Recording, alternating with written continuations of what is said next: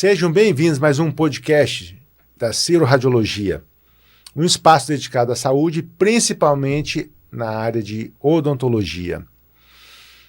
É bom lembrar que o Grupo Ciro é composto por 16 unidades, que são unidades de radiologia odontológica, de diagnóstico por imagem. Também possuímos um laboratório de prótese e o Instituto Ciro, na qual já formou aí mais de 80 profissionais na área de radiologia, em termos de especialização. Estamos aí em Goiânia, Aparecida de Goiânia e em Anápolis.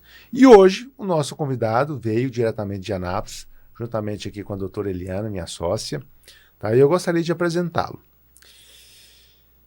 Ele é graduado na Unievangélica, fez curso de aperfeiçoamento em cirurgia, traumatologia, bucomaxilofacial na Santa Casa de São Paulo, residência em cirurgia, traumatologia e bucomaxilo no CHS, Conjunto Hospitalar de Sorocaba, proprietário e atuando como cirurgião bucomaxilofacial no consultório odontológico Oral Prev.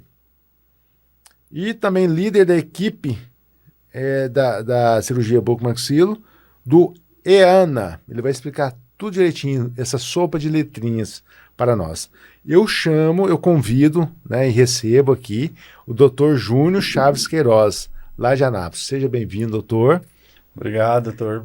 Obrigado pelo convite da Ciro. Seja bem-vindo, obrigado pelo convite do doutor Eliane, doutor Fabiano. É um prazer estar aqui.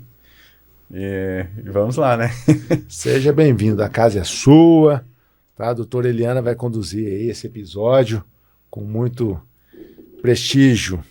Primeiramente, Júnior, seja bem-vindo, né? É uma alegria ter você aqui conosco essa tarde, falar um pouquinho de você, da sua trajetória, conhecemos seu trabalho, um trabalho muito brilhante na cidade de Anápolis, né?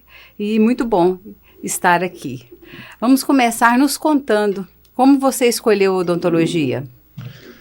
Então, a odontologia não era algo dos meus planos, né? Aconteceu. Assim, quando eu terminei o ensino médio, né? Fiquei naquela, faço vestibular para quê? Fiz vestibular para medicina, fiz para odonto, para história também, que eu tinha notas boas lá em história. Falei assim, vamos fazer, né? Aí, por final, acabei indo para odontologia. Entrei na faculdade de odontologia naquele pensamento, assim, que acho que muitos têm também, né? Hoje, quem tá nesse período da vida vamos lá para ver o que dá, né? Aí, fui para a faculdade, primeira semana, teve um projeto lá na faculdade, chamado Projeto Ciranda, na Unievangélica, né? Aí eles falaram, o pessoal do primeiro período pode estar vindo para fazer escovação do pessoal que tiver nesse projeto Ciranda. E aí eu falei assim, por que eu não vou, né? Aí eu falei assim, pus meu nome lá, aí beleza. Aí era a professora Lúcia Coelho, uma pessoa que eu tenho muita admiração, uma ótima profissional, que falo para ela que quando crescer quer ser igual ela. Sempre falava isso. Aí fui para esse projeto Ciranda, comecei aquele negócio de escovação, não sei o quê, e eu acho que foi ali que o sino tocou, e eu me apaixonei pela odontologia e falei assim, não, é isso que eu quero para minha vida. E aí eu levei o curso até o fim, e uma ação simples, né, que é uma orientação de higiene oral, que às vezes eu nem tinha tanto entendimento, né, e foi algo que me tocou e que me mostrou que eu poderia fazer algo pelas pessoas, e era aquilo que eu queria. Acho que é isso. Você é de Anápolis mesmo, doutor? Sou de Anápolis, né? Nasci em Anápolis. Meus pais... Minha mãe é de Goiás, é goiana, né? Da região de Perinópolis. E meu pai é do Rio Grande do Norte. E alguém da família, assim, fez odontologia? Tem algum tio, primo? Não, aí antes de eu entrar, meu irmão já estava na faculdade de odonto, né? Já estava fazendo odontologia. Aí, por isso que já tinha uma tendência para puxar, né? Falei assim, não, tem uma opção ali, odonto e tal. Mas mais ou menos assim, essa que foi a história. E só tem vocês dois, a família, que são dentistas? Não, aí eu tenho uma tia, que ela é dentista também. E os filhos dela têm mais 2 primos, né? Que são dentistas também. E é bacana, né? Que acaba que Só não pode falar muito de odontologia, mas senão a conversa só fica nisso. Mas graças a Deus são ótimos profissionais também que hoje se destacam, né, no mercado e foi muito bom. Todos trabalham lá em Anápolis? Todos nós somos de Anápolis. E na mesma clínicas Não, separadas? a gente trabalha em clínica separada. Meu irmão hoje atua na cidade de Abadiânia, mas ele trabalha comigo também em Anápolis, né? E também atende outros consultórios dentro de Anápolis. E meus primos hoje, eles têm um consultório próprio deles também. Mas sempre quando precisa de alguma orientação e trocar uma ideia, a gente tá em família e pode estar falando sobre, né? Também tem uns colegas hoje, muitos, né, doutor Liane? A gente sempre tá chamando aí, dá uma olhada aqui pra mim, o que acha e tal. Júnior, e que momento você se apaixonou pela cirurgia? Aí a cirurgia foi mais pro meio da faculdade, mas aí já teve, aí eu gostava muito assim, de cirurgia, aí eu fiquei muito no meio entre cirurgia e pacientes especiais. Eu sempre gostei muito desse público de paciente especial. E aí eu tive essa dúvida. Aí no final mesmo, que aquela questão de dar monitoria, não sei o quê, para cirurgia, né? Aí eu fiquei como monitor. Aí eu falei assim, não, acho que acredito que realmente a cirurgia vai ser algo que eu goste mais. Eu sempre gostei de coisa que me desafiasse muito, né? Toda na odontologia desafia muito, mas a cirurgia foi um desafio maior. E eu acho que isso me levou para o rumo da cirurgia. Aí acabei que fiz a opção de escolher estar fazendo bucomaxilo. Mas antes de você ir para São Paulo, você foi para Santa Casa, não é isso? Em São Paulo? Foi. Primeiro eu fui para a cidade de São Paulo, né? Aí lá na cidade de São Paulo eu prestei prova para Santa Casa. Isso foi logo que você saiu da faculdade ou você deu um tempinho? Não, foi logo que eu saí, eu já falei, não, nem vou começar nada, vou direto para São Paulo. Meus pais no começo foi meio assim e tal, nossa, vai para São Paulo, nunca foi, não conhece a cidade, né, não conhece nada. Aí eu procurei saber sobre provas, como que fazia as provas desses serviços, né. Aí logo eu passei nesse serviço, que é um curso de aperfeiçoamento de 1 ano, que você tem uma vivência hospitalar de 1 ano. É um serviço muito grande, na época era muito grande. Atendi um público muito, muito carente também. A Santa Casa de São Paulo fica ali na região da Santa Cecília, da Santa Efigênia, né? Perto ali de onde que é a Cracolândia mesmo. E aí logo que eu terminei, eu prestei prova para a residência de Sorocaba. E aí fiquei na residência de Sorocaba, terminei. Aí quando eu terminei a residência de Sorocaba, aí me chamaram para ser preceptor lá no CHS, lá em Sorocaba. CHS é? Conjunto Hospitalar de Sorocaba. Ah, tá. Hoje é um dos maiores serviços de traumas da face do Brasil. Um serviço muito grande, tem uma demanda muito grande, né? Aí fui para Sorocaba, terminei a residência, eles me chamaram para ser preceptor do serviço. Fiquei por um período sendo preceptor lá, pegando alguns plantões durante o mês e vindo para Anápolis, começando a carreira aqui em Anápolis. A minha intenção sempre foi voltar. Aí no final, eu conversei com os chefes, falei assim, olha,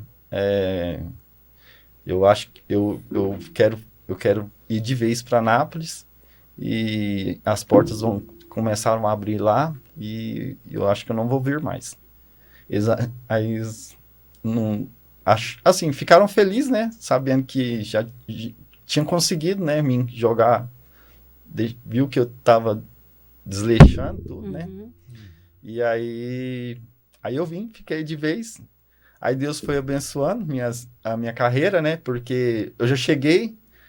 Assim que eu cheguei, eu tive um contato muito bacana. A Glauci, que na época ela trabalhava no Hospital Evangélico, que é uma enfermeira lá. Ela me passou o contato do Dr. Josevaldo, que na época era um dos diretores do Hospital Evangélico, e aí eu comecei a atender como buco no Hospital Evangélico, né? E aí logo comecei, aí o pessoal do Hospital Aiana me chamou para fazer alguns plantões extras, para fazer cobertura de férias, essas coisas. E aí eu fiquei fazendo essas coberturas de férias, fazendo os chamados do Hospital Evangélico e também atendendo no consultório particular. Comecei a criar vínculos com os colegas, onde eles chamavam para fazer procedimentos no consultório deles, de parceria, essas coisas. E aí foi dando certo, tanto é que aí a agenda não cabia mais, eu estar voltando para Sorocaba, foi quando eu fiquei de vez em Anápolis. É o começo, né, É Júnior? um começo. Nada é fácil. Às vezes a gente planeja de uma forma, aí vem de outra, mas a gente tem que saber modificar o caminho para ser aquilo que você planeja, né? Que é aquilo que você vai querer mesmo realmente, é o que você procura para sua vida, né? Então, assim, a ideia, eu sempre falo assim, olha, eu gosto muito de São Paulo, gosto muito de estar aqui, tenho muitos amigos lá até hoje, mas a minha intenção sempre era estar perto da minha família, construir minha carreira aqui, e eu acho que talvez se eu estivesse lá, não sei se seria como hoje, mas as coisas fizeram que as coisas dessem certo aqui, e isso foi muito bom para mim, foi algo que eu procurei, e graças a Deus deu certo. Bacana. Doutor Júnior, e como é que o Ciro tem ajudado você nas suas cirurgias? Então, né, doutor Eliano? O Ciro, eu falo, eu acho que eu peço muito exame lá, né? É um bom cliente. Eu acho que não tem um dia que não tem um pedido meu lá com um carimbinho meu. O diagnóstico, né?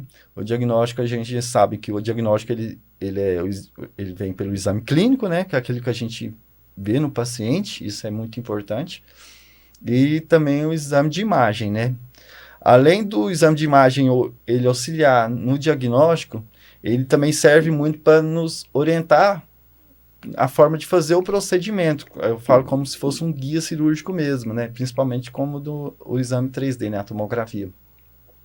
Então, com esse exame, com a qualidade do exame, com o exame digital, né? Que hoje é tudo mais moderno, e tem mais imagens também, a gente consegue fazer um planejamento melhor para o paciente, um planejamento cirúrgico, né?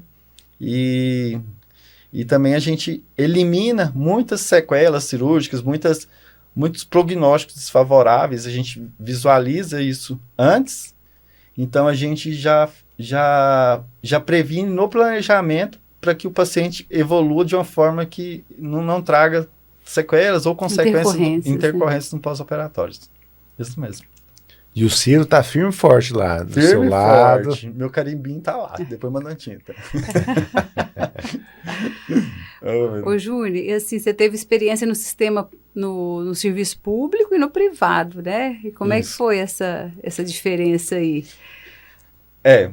O perfil e a demanda é diferente, né? O paciente privado, ele acaba não sendo muito paciente do trauma, né? Ele é mais assim, um paciente mais a gente chama de ambulatório, que a gente consegue programar melhor os procedimentos. E o paciente do público, a gente acaba sendo mais urgências, emergências, né? Que é o que a gente acaba atuando mais, né? Hoje mesmo, eu falo que eu sou mais um buco de trauma, né? Do que um buco de eletiva, né? A gente acaba que a minha demanda hoje maior é essa, né? E tem muitos pacientes. Diariamente? Como é que é isso, doutor? Então, a nossa equipe, a nossa equipe lá, nós somos 7 bucomancilos, onde cada um faz um plantão de 24 horas, então a gente tem a cobertura direta, né? Faça chuva, faça sol, feriado e tal. Uhum. Então, direto a gente tem um plantonista na unidade e assim, acho que não tem um dia que a gente não opera, não tem um dia que a gente não faz uma internação de um paciente, que a gente faz um procedimento cirúrgico, assim, então é muita demanda. É a importância, né, do bucomaxilo aí no contexto hospitalar. Exato. a gente acaba que não atende só o paciente do trauma, né? Nem o paciente da infecção de origem odontogênica, até mesmo aquele paciente que tem um epistaxe, que é recorrente a uma hipertensão. Então, isso também, a gente acaba que a gente faz uma intervenção ali para poder fazer esse controle desse epistaxe, em conjunto com a clínica médica. Então, essa é a importância da gente sempre estar presente na unidade. E a maioria dos traumas que vocês recebem lá, normalmente são acidentes de moto? Como é que é? Mas é acidente, né? E também agressão física. Tem muito de agressão física também. Mais em mulheres? Ou não? Não, a agressão física é mais pacientes vulneráveis, né? De que sofrem uma vulnerabilidade social. Que é esse pessoal que é morador de rua, é usuário.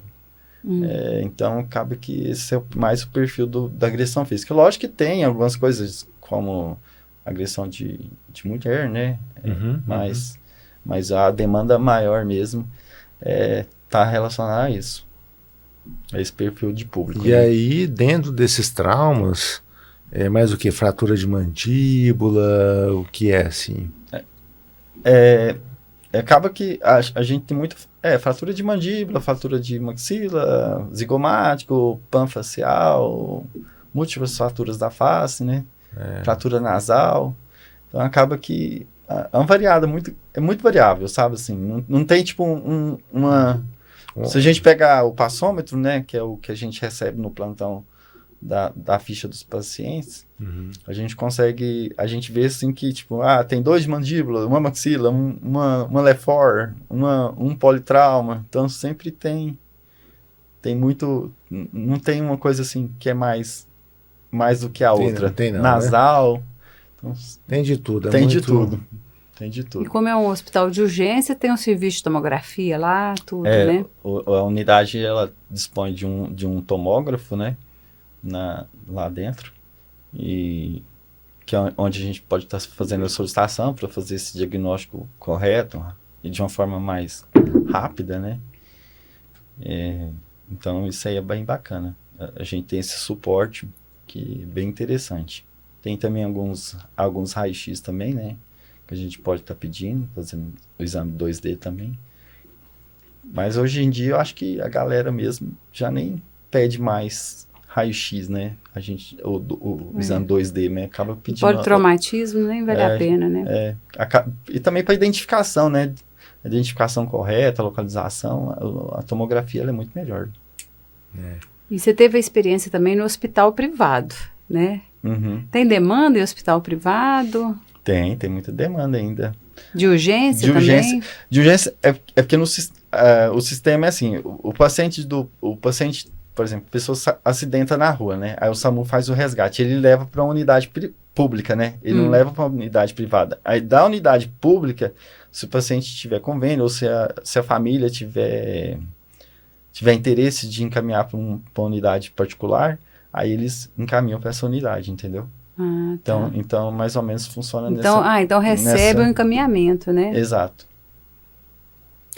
E doutor, essa questão de receber esses pacientes com tanta vulnerabilidade, né, com um trauma na face, conta um caso assim que foi bastante emocionante, né, que vocês, assim, depois que conseguem reconstruir, né, a face de uma pessoa como essa, que ela deve ficar, assim, muito feliz, deve voltar várias vezes, deve mandar várias mensagens. Conta um caso, fala um pouco mais dessa relação, né, do paciente que igual você disse no início ali, que gostava, né, de tratar as pessoas com deficiência, né, tudo mais, que acaba que esse grupo se enquadra também nessas pessoas que requerem uma atenção maior. Conta pra gente um pouco dessa relação sua com esses pacientes. Então, hoje, assim, isso faz a gente até, às vezes, fica muito emocionado, que às vezes o paciente ele é tão grato, faz tanta questão de dizer, né, a gratidão dele, e às vezes a gente tá cansado, tal, acaba que dá uma força, né. Então, assim, a gente tem muitas histórias bacanas que vem familiar e eles tentam agradar de alguma forma, às vezes levar uma coisa, alguma coisa para mostrar gratidão, né? E isso é muito bacana, sabe, na nossa profissão. Tanto na questão de unidade de consultório, como na unidade hospitalar também, né? Um caso que, tipo, no começo, foi bem que quando eu cheguei no EANA, a gente teve um paciente que vem caminhar do interior, ele teve uma agressão física com um paralelepípedo, né? Aí ele se envolveu numa briga lá, e o cara socou o paralelepípedo na face dele e ele teve uma avulsão de maxila. Aí quem recebeu esse paciente... Da maxila? Da maxila. Aí quem recebeu esse paciente no dia foi eu. Aí, quando eu olhei, assim, era tanta coisa, tipo assim, que São Paulo a gente tem muita coisa, né? Tem muita coisa. E esse eu acho que ele superou um pouco pela quantidade de sangue, assim, pela posição das coisas. Porque, tipo assim, tinha globo ocular junto com língua, tava tudo muito misturado, assim. Então, a gente conseguiu ainda melhorar alguma coisa ali, né? Mas conseguiu conter o sangramento, conseguiu manter o paciente bem. Tanto que esse paciente, ele evoluiu com a alta, né? Ele chegou um paciente grave, foi para uma unidade de terapia intensiva, e a gente foi acompanhando e tal, e ele conseguiu receber alta, ficou bem. Lógico que teve muitas sequelas, né? Mas o que era possível ser feito, foi feito e muito bem feito, tanto que o paciente teve essa alta, mas foi algo assim que marcou mesmo, pela forma que chegou, né? Mas assim, foram desenvolvidas as funções de mastigação? Não, aí tem que modificar algumas coisas, né? Eu consegui fazer a sutura do palato ali para reposicionar, né? Tentar com a musculatura, mas, por exemplo, a gente perdeu dimensão anteroposterior da face média. Então foi um paciente que assim, ficou um pouco desconfigurado mesmo, mas que ele conseguiu continuar a vida, né? Sobreviver, né? Sobreviver. Porque aí a gente já nem estava muito Preocupado com, né? a gente preocupa, mas assim, as prioridades, né? Então foi bacana, deu certo. Em quantos lugares o doutor já trabalhou? De hospital foram os que eu estudei, né? E no Hospital Evangélico e no EANA. Eu trabalhei nessas duas unidades. Assim, eu, graças a Deus, sempre me relacionei muito bem, né? Hoje eu atuo muito mais no EANA, né? Meu tempo é mais dedicado lá. Eu sou plantonista da terça, né? E respondo como líder de equipe da equipe da Buco, né? Na unidade. Então, acaba que meu tempo fica mais dedicado lá no EANA. Ô, Fabiano, o EANA, em Anápolis, é o Hugo de Goiás. Aqui, né? É o Hospital Estadual de Anápolis. Ah, ótimo. Ficou... Clareou para quem... Né? Então, porque a gente fala EANA, ninguém está entendendo, né? Ele falou, é o Hugo de Anápolis. Exato. Isso facilitou demais a compreensão. Mas é um hospital de referência lá, né? um respeito. Então, mas assim, quando você formou, você chegou a trabalhar em algum consultório, montou o seu em que momento? Como é que foi essa transição, assim, de consultório mesmo? De consultório foi assim. Assim que eu fiquei nessa, vou e volto, aí eu comecei a atender alguns consultórios de colegas, né? E aí eu atendi no consultório que é meu hoje com a colega que era proprietária do lugar. Aí acabou que ela estava tendo outras prioridades e aí ela pôs o consultório à venda.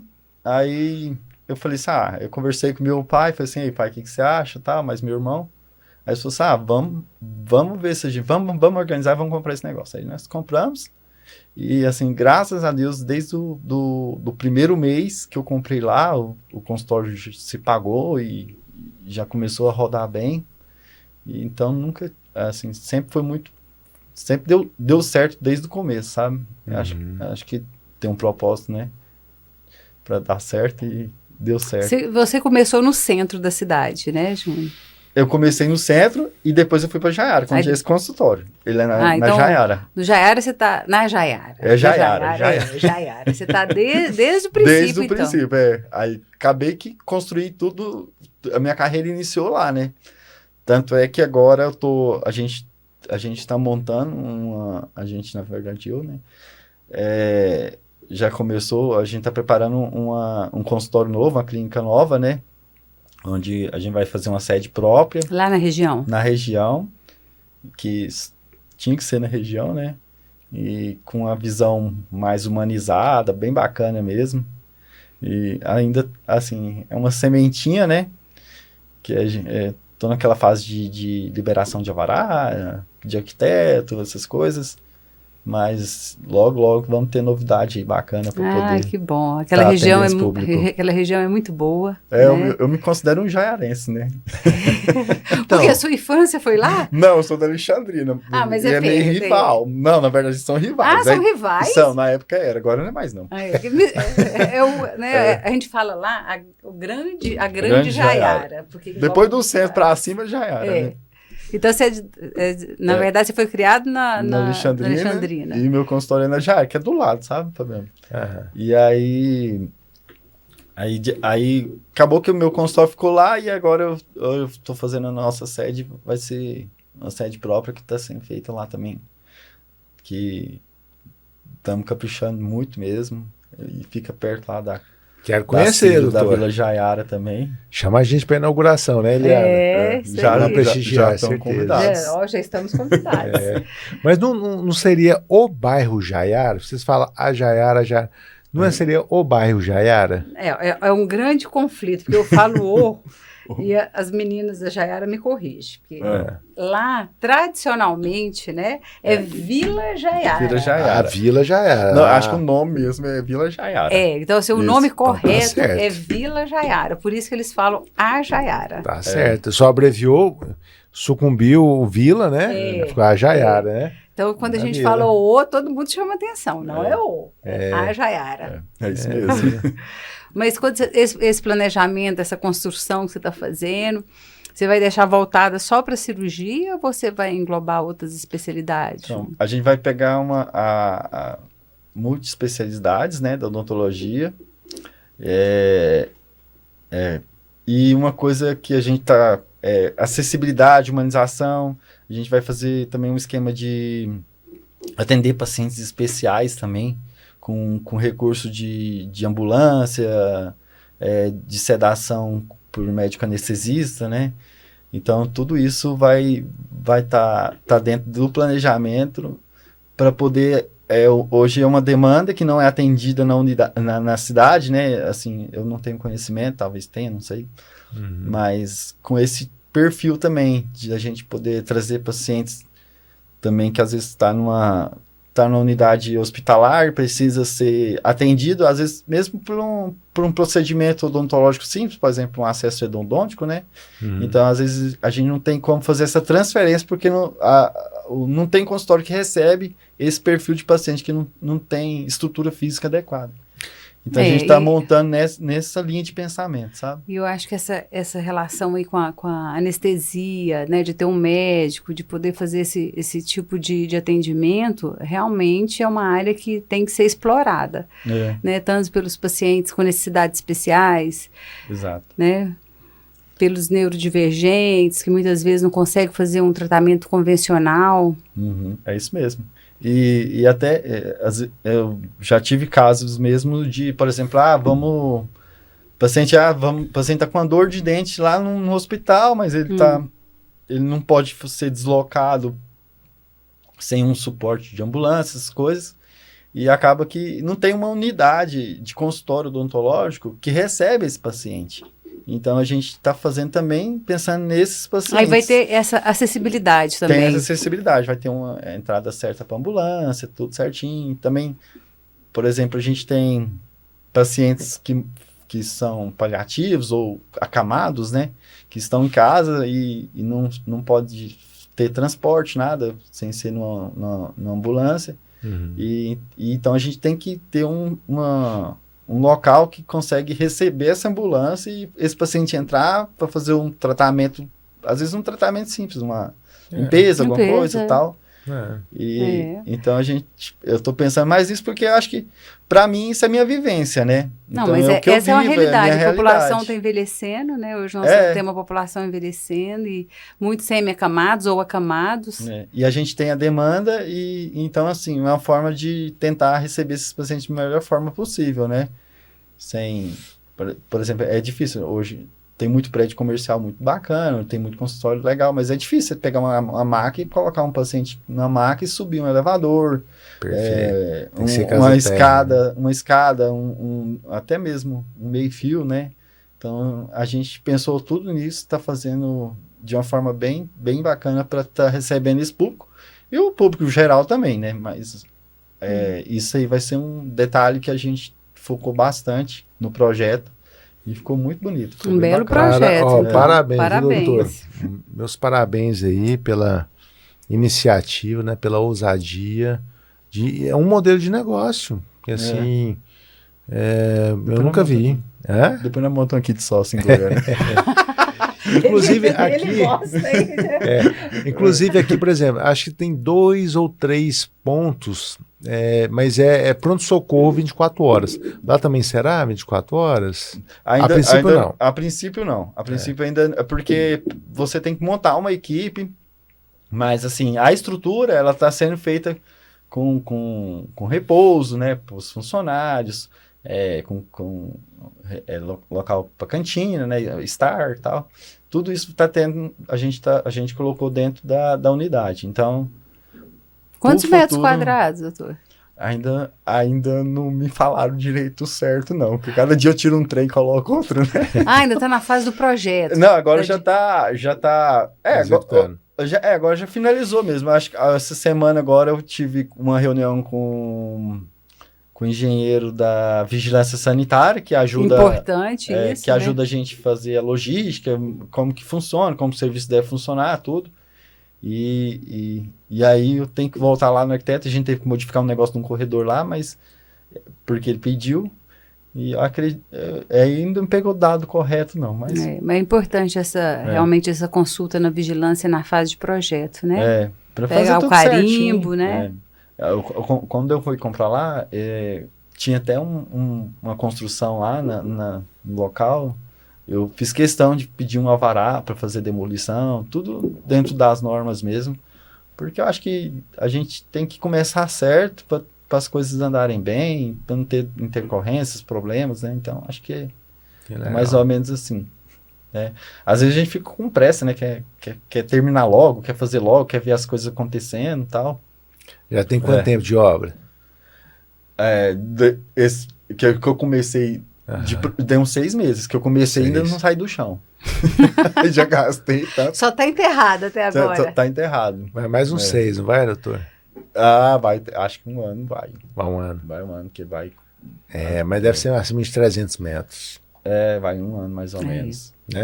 Porque qualquer casa aí, 300 metros, tranquilo, 300, 350, 330, normalmente uma casa assim bem estruturada, isso, são quantos consultórios mais ou menos? Acho que a gente está colocando 6 consultórios. Certeza.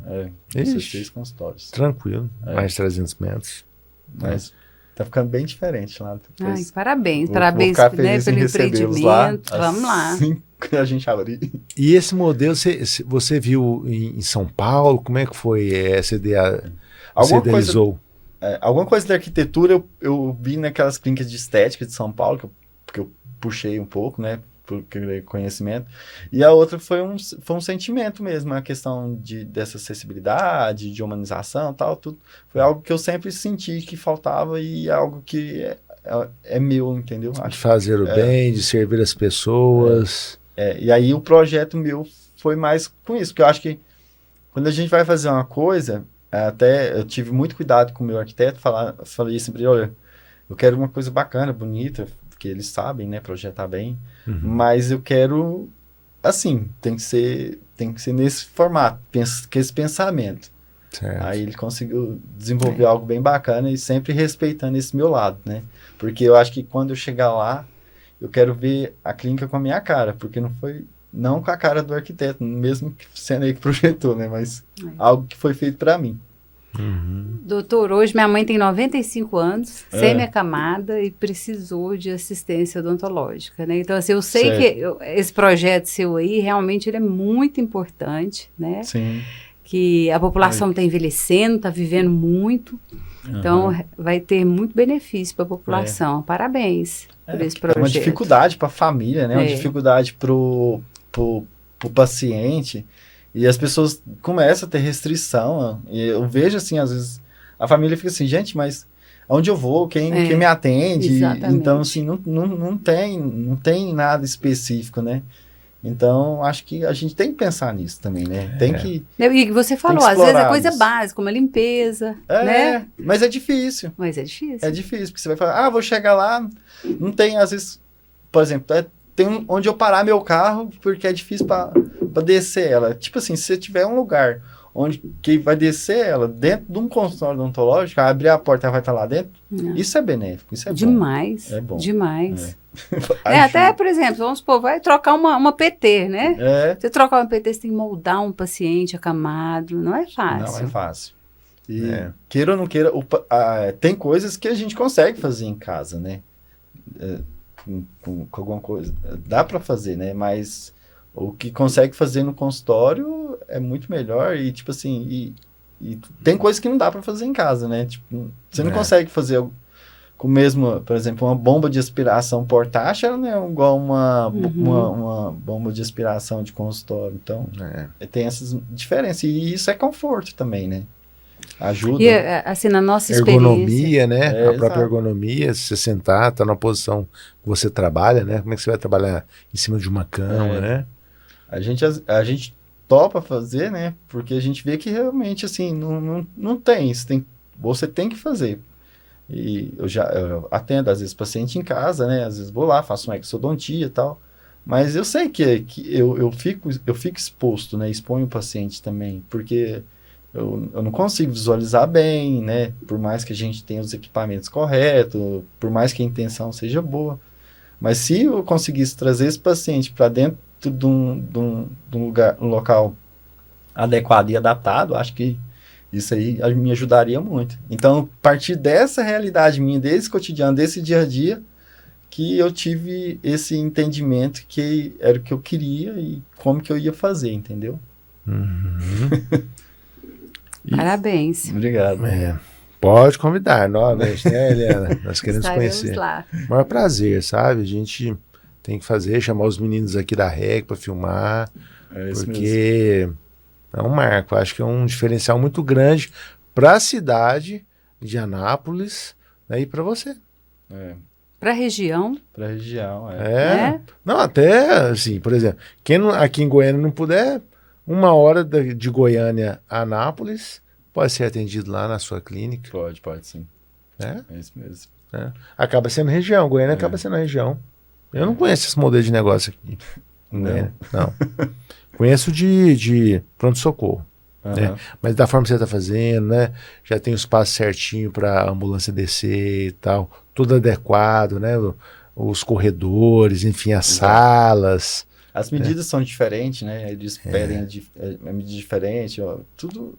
Até o piso tem que ser o que eu certo. vejo, como os pacientes estão envelhecendo, né? A gente pega muito paciente acima de 85 anos, com dentes, todos os dentes na boca. Os dentes. Só que a higiene vai ficando mais precária.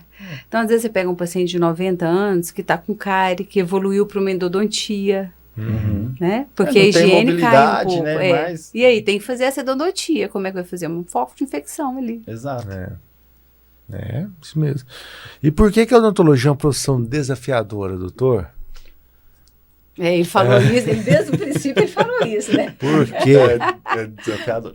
A odontologia, eu vejo assim, a odontologia, ela tem... O mercado da odontologia, ele cresce muito, né? Ele cresce, então... o desafio, acho que maior hoje, que eu vejo nas pessoas, é se encontrar. Eu acho que as pessoas não estão se encontrando, entende? Eu vejo que os colegas, às vezes, pecam um pouco nisso. Às vezes, vai muito bem na questão, mas acaba pecando muito na outra e acaba que perde um pouco a mão, né? Então, acho que o desafio maior hoje da odontologia, que eu acho que isso foi o que foi o mais benéfico para mim, que eu acho que foi a questão do eu me encontrar, entendeu? Você fala na sua especialidade? Eu me encontrei na minha colega... especialidade, eu me encontrei com o perfil de paciente que eu gosto, eu me encontrei no que eu acredito, entendeu? Então, eu acho que é um pouco disso, entende? Às vezes as pessoas... eu vejo, por exemplo, com essa tecnologia toda, né? Tem gente que manda muito bem na questão tecnológica, né? E forma em odontologia e consegue casar isso, né? Hoje você consegue juntar uma coisa com a outra e evoluir ali nisso. Então, é um caminho, cada um tem que seguir o seu. E como que pode, você poderia dar uma dica, orientação para quem está nos escutando, como se encontrar? Como achar assim a especialidade? Como é que foi para você? Você teve essa clareza fácil, né, na faculdade? Ou foi assim, um professor te inspirou? Você tinha uma facilidade para aquela área? Como é que foi? Assim, eu tive meus professores assim, todos foram bons, muito bons. Eu tive um suporte de professores assim, excelentes assim. É até difícil a gente citar o nome, que às vezes acaba esquecendo de um ou outro, né? Mas essas pessoas vão inspirando a gente, né? A gente vai encontrando colegas também que vão inspirando. E essa questão de me encontrar, eu acho que foi uma coisa que faz um pouco parte de mim, entendeu? Acho que onde eu fui, acho que foi uma coisa que a gente acha dentro da gente, né? Alguma coisa, assim, é difícil de dizer, né? Uhum. Mas eu falo assim, por exemplo, eu não trabalho com estética, né? Não faço nada de procedimento estético. Por quê? Eu tenho humildade de entender que eu não consigo ter uma consulta com um paciente que quer uma demanda de estética. Uhum. Você entende? Porque aquele paciente aí procura uma demanda. E eu sei que eu não sou perfil para atender aquele paciente. Ele não vai gostar da consulta que eu vou fazer com ele. Uhum. Entendeu? E eu não vou entender a queixa dele. Não estou dizendo que esse paciente ele não deve ser ouvido e nem atendido. Eu tô dizendo que eu não sou perfil para atender esse tipo de paciente, entende? Uhum. É diferente, né?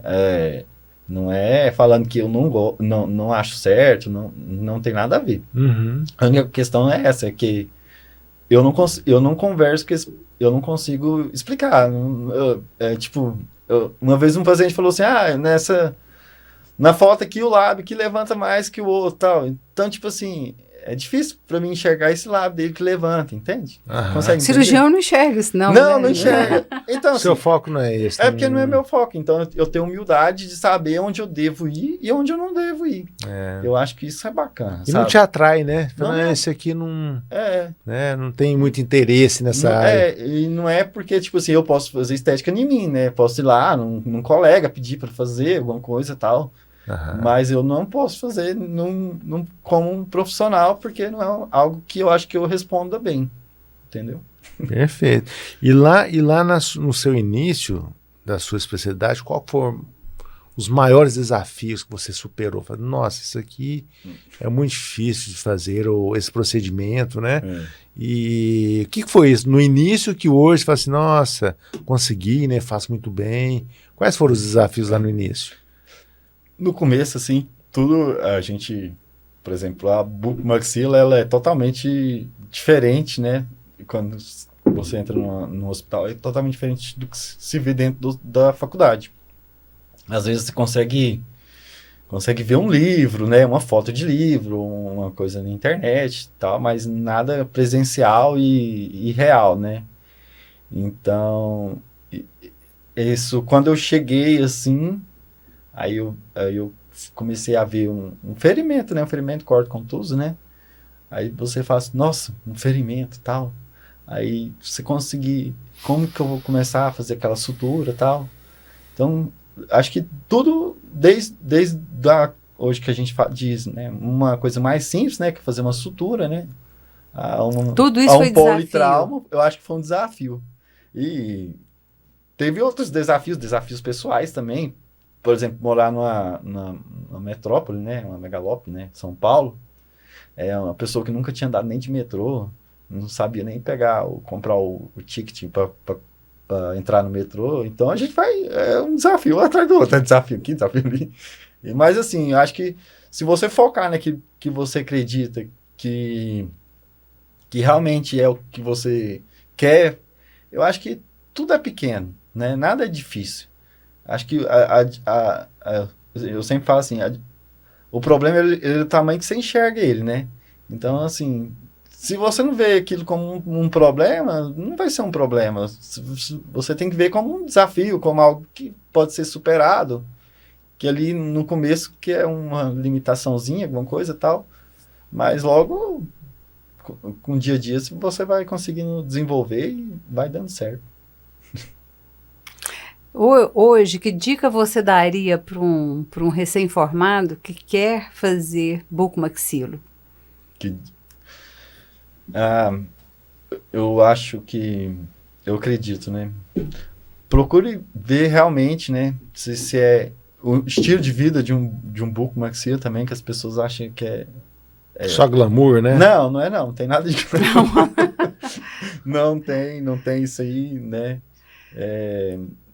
Vê se realmente é isso. Procure uns serviços, né, que vai atender o perfil de paciente que você quer. Por exemplo, hoje a gente sabe que tem serviços que é mais voltado para ortognática, tem serviços que é mais voltado para o trauma, tem serviços, enfim, tem vários tipos de serviços. Tem serviço que é muito voltado para oral menor, né? Então, procure ver realmente aonde que você pode estar fazendo a especialidade ou a residência e qual é a demanda que eles têm, o que pode desenvolver. E se for um sonho, tem que ir atrás, tem que lutar, tem que estudar muito, as provas são muito difíceis, né? É bem, bem, bem difícil mesmo. Mas eu acho que quando é da gente e quando a gente quer, eu acho que não é impossível, não. E qual foi a tecnologia ou material que teve maior expressão desde quando você formou até agora na sua especialidade? No começo, a tomografia era muito... Estava iniciando, mas já tinha, né? Mas era algo que não era tão visto, tão fácil, né? Tão acessível, né? 16 anos atrás não era acessível, né? Não, era mais difícil. A gente começou em 2007, aqui em Goiânia, em 2007, a gente comprou o primeiro tomógrafo. Foi o primeiro tomógrafo. Mas até ter uma acessibilidade, sim. Isso leva um tempo. Né? Até para os profissionais, né? Em 2010. Até os profissionais se acostumarem, né? Entenderem, interpretarem o exame, né? Demora. Essa curva de aprendizagem, né? Então, leva um tempo. Mas eu acho que algo que impactou muito é a questão da imagem, né? Foi muito, muito bom para nós. Hoje também eu trabalho muito com hiperbárica, pós-operatório também, algo que já está chegando aí no mercado também, que eu estou achando... Tá tendo bastante, tô tendo resultados bem interessantes, principalmente tratando complicações.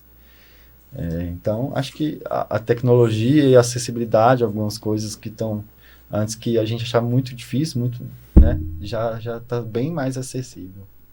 Hoje o paciente também, não sei se é isso que você vive no consultório, mas eu vejo que o paciente, antes ele tinha muita resistência de fazer uma tomografia. Tem. Hoje não, hoje parece que ele já vai com mais facilidade, já entende a importância do exame. O que você vê nos pacientes? Eu acredito também que é uma forma que a gente pede, né, o exame, né? Por exemplo... Como explica e a importância, né?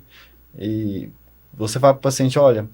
esse exame, ele vem com o exame de imagem, né, um raio-x, por exemplo, e você fala assim, olha, então aqui nós vamos ter que fazer um procedimento tal, mas para o procedimento eu preciso de um exame mais elaborado, tal, que eu consigo ter dimensões diferentes, para a gente visualizar isso, para a gente evitar isso, aquilo, tal. Então ele fica disposto, entendeu? Porque você conseguiu mostrar para ele o benefício, né? Se você pede uma coisa que o cara vai gastar e não sabe por que ele tá gastando, ele vai fazer, mas, né? Então acho que a gente tem que explicar muito e as pessoas já têm mais conhecimento.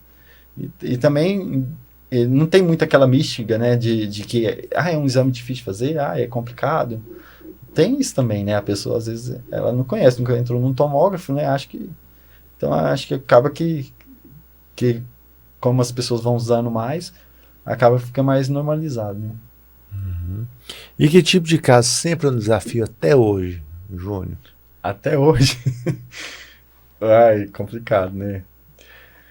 Você fala de consultório, Olha, eu acho que casos que me desafiam muito, assim, a gente sempre trata com muita seriedade, são os casos de pacientes com infecção, né? Pacientes com infecções odontogênicas, né? Que são os abscessos, as anginas de Ludwig, né? Então, esses casos são casos que nos desafiam pelo fato que a gente não tem certeza do prognóstico do paciente, a gente não tem certeza de como vai reagir, né? Porque a gente sabe que cada paciente, ele responde o tratamento de uma forma, né? Então, isso aí é algo que me desafia, que eu sempre falo assim, chegou um abscesso, luz vermelha. Tem que tratar o mais antes possível, né? Questão de tempo, essas coisas. Então, acaba que eu acho que é sempre um desafio, né? E, infelizmente, às vezes a gente acaba que perde algum paciente ou outro, né? Por conta disso, e às vezes a gente é algo que a gente fica triste, né? Porque não é algo que está nas nossas mãos, né? Não é a gente que determina, né? A gente faz o melhor, acredita no que faz, estuda para isso, desenvolve o máximo possível, dá todo o suporte, tudo, mas infelizmente às vezes acontece que a gente não evolui bem, né?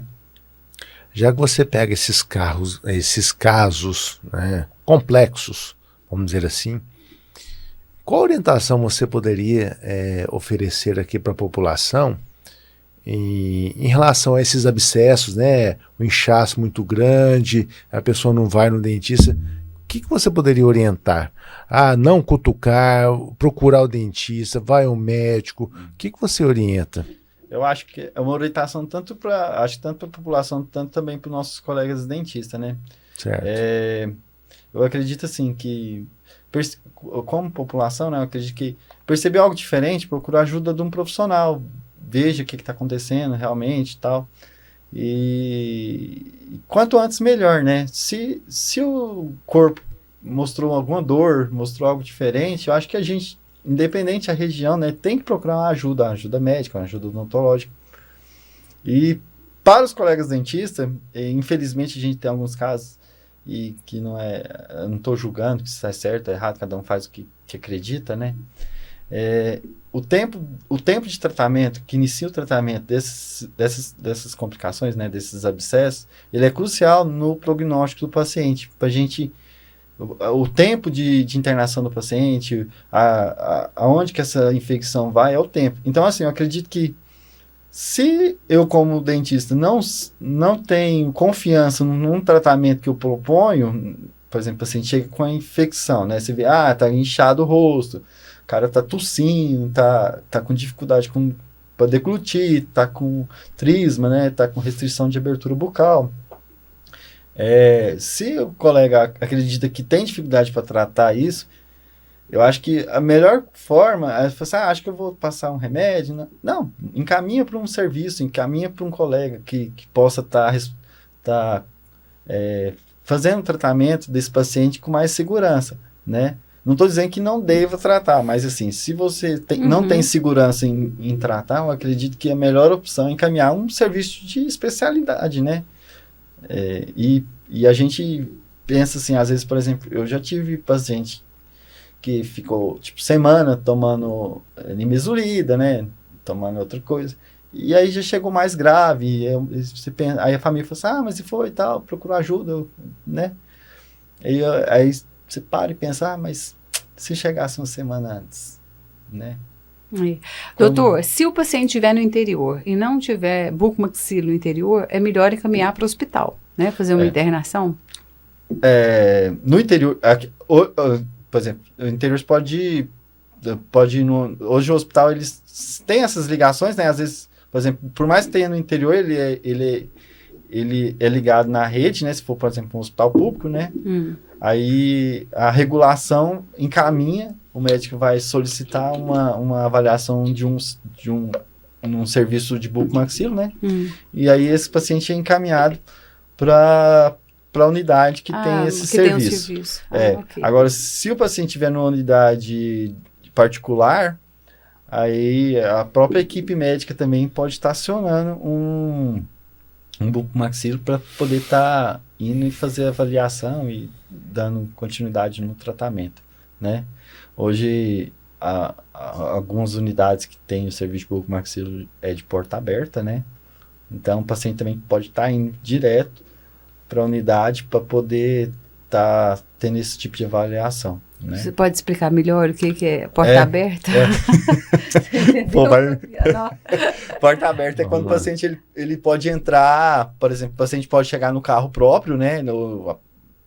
Por meios próprios. Sem ser o SAMU, sem né? ser o SAMU, numa unidade, e nessa unidade ele procurar, né? Falar, olha, por exemplo, eu tô passando mal, por exemplo, tô com o rosto inchado, né? Então, sim. O próprio paciente, ele pode também estar chegando na unidade por meios próprios. Entendi. Entendeu? Isso é uma informação importante. Muito importante, né? De utilidade pública. Exato. Por exemplo, o Hospital de Urgência de Anápolis, né, o EANA, Estadual de Anápolis, ele é uma unidade que aceita de porta aberta, né? O paciente pode dar a entrada, quando é perfil da unidade, a gente absorve esse paciente, né? É lógico que, por exemplo, o cara está com uma dor de dente. Tem bucomaxilar, não porque eu não vou tratar dor de dente, mas assim, lá não é a unidade que vai tratar a dor de dente, né? Vai tratar o abscesso. Então, a gente vai falar para o paciente, olha, você pode procurar um consultório odontológico, alguma unidade pública que tem dentista para poder estar fazendo esse procedimento. Agora, esses outros procedimentos, às vezes acontece, o paciente estava andando de bicicleta, caiu, bateu a mandíbula, viu que está quebrado a fratura, pode ir direto para o hospital, entendeu? Não tem, assim, lógico que tem que ver, né, se chegou em casa e tal. Agora, o correto mesmo é chamar uma ambulância, tudo certinho, né? Não, importante essa informação. Doutor, como falar a língua do cliente? Como facilitar essa comunicação, saber ouvir, ter aquela escuta ativa e saber fazer uma analogia para o cliente, assim, para explicar da melhor forma. Como é que você faz isso com seus clientes? Eu penso que é você olhar o paciente na mesma altura que você, né? Quando a gente consegue, para comunicar com o paciente, você coloca ele na mesma altura, né? Acho que isso melhora muito a comunicação, né? E às vezes, igual aqui mesmo, às vezes eu quero falar algum termo técnico e tal, a gente tenta explicar, né, antes. Então, assim, evitar termos muito técnicos e não complicar muito, né? Fazer uma coisa mais simples, né? Mostrar o caminho, não é ficar lá, tem que ser assim, aí tem termos muito técnicos, porque aí a pessoa está procurando... Essa imagem radiolúcida aqui, isso aqui né? Você vê um traçado radiopaco, não sei o que... Não, seu dente quebrou, não tem tratamento, tem que arrancar, pronto. Entendeu? Algo assim. Ele entendeu que o dente dele quebrou, que no raio-x mostrou que o dente quebrou e que tem que fazer extração do dente. Entendeu? Então, acho que... O problema é a solução, né? Você mostra o problema e mostra a solução, né? Porque agora se ficar... Eu acho que dificulta muito e as pessoas ficam confusas, né? Então, acho que não tem que explicar muito. Não porque ele não mereça uma explicação, né? Mas, assim, evita uma explicação técnica, né? Porque isso acaba que, de vez de você ajudar o paciente, às vezes pode mais confundir, né? Doutor, como que o paciente chega no seu consultório? O meu? Indicação de colega? Meu consultório é orgânico, né? Ele é todo orgânico. Orgânico é o marketing que não tem marketing, né? Ele é orgânico. Ele é boca a boca. É o boca a boca. O paciente que chega porque o colega indicou, porque fulano fez cirurgia comigo, porque sempre foi assim, né? Então isso é muito bacana, assim. É um público muito fiel. A gente acaba tendo um laço de amizade, de carinho pelos pacientes, né? e você conhece o paciente, né? Assim, é bacana essa relação, né? Acaba que é uma grande família, né? As pessoas já conhecem, a gente conhece a família inteira, aí a minha secretária mesmo já está comigo há muitos anos, mais de 10. Então, o pessoal já conhece a secretária, já me conhece, e eu já conheço a família, já operei fulano, falei esse cara, já pergunta de todo mundo, e eles sempre, acho isso bacana, é um laço massa, sabe, assim. E também muito colega encaminha, né? Os colegas sempre encaminham, falam assim, faz a cartinha, manda. Então, isso é muito interessante. É uma forma também de reconhecer, assim, isso é uma responsabilidade muito grande, você receber um paciente de um colega, né? Porque, assim, se ele te encaminhou, ele assinou embaixo pelo seu serviço, então a responsabilidade também, a parte da responsabilidade dele com a sua, então você tem seu nome e o dele, então você tem que honrar os dois, né? Isso também é bacana. Aí, como você trabalha só você no consultório, não tem nenhum tipo de receio para te encaminhar paciente, né? Não tem não. E é algo que eu acho eu acho que isso é muito ético, né? Eu acho que às vezes o paciente fala, faz isso, faz aquilo. Cara, não, é paciente do colega. A gente tem que, isso é um respeito, sabe? Até mesmo a questão de opinião mesmo. Se o colega veio com tratamento definido, aí o paciente às vezes questiona, doutor, o que você acha disso? Não, eu falo assim, olha, eu acho que se você está em dúvida, melhor eu vou conversar com a doutora, eu vou ver o que pode ser feito, e não dar a sua opinião, né? Porque eu acho que é um desrespeito, né? Eu acho que a gente tem que tomar cuidado, né? Às vezes eu entendo o lado do paciente, né? Mas a gente tem que ter uma certa ética, né? Se o paciente vem encaminhado, se ele tem alguma dúvida a respeito do procedimento que vem encaminhado, ou se você mesmo tiver alguma dúvida, acho que não custa nada. Hoje em dia todo mundo tem telefone, né? Você liga lá, pergunta e tal, discute o caso e chega num consenso, né? Acho que isso aí a gente tem que pensar bastante. Siso, faz siso. Siso, biópsia, tudo. Toda a parte de cirurgia tudo é geral. Tudo. E sua equipe são de quantas pessoas? Hoje, tem alguns colegas que trabalham lá no meu consultório, né? E tem eu. E eu trabalho com outros colegas também. Uma secretária, TSB? Como é que é? Somos lá. E agora na outra unidade vai ser já mais gente, né? vai ter que ter mais dividido os papéis certinho. Essa parte da gestão, da liderança, é tudo com você no seu consultório? É, tudo comigo. Lá é o consultório ou uma clínica? Não, lá é consultório. É consultório. Hoje é consultório, Hoje são 2 cadeiras só. Ótimo. Doutor, você sabe que nós estamos fazendo a parte do histopatológico? Pois é, fiquei sabendo. Tem que mandar lá, né? A gente encaminha, né? Exato. Isso. Cirurgia guiada. Também. Tem que explorar isso aí, né? A gente vai levar, né, Eliana? Levar o curso lá, o doutor já está convidado também para assistir. Vou querer participar. Do Planning Center, né, que faz. Pode acelerar bastante. Você está trabalhando com implante também? Não, meu irmão é ortodontista e Você deixa caso pra ou ele? outro eu passo para ele.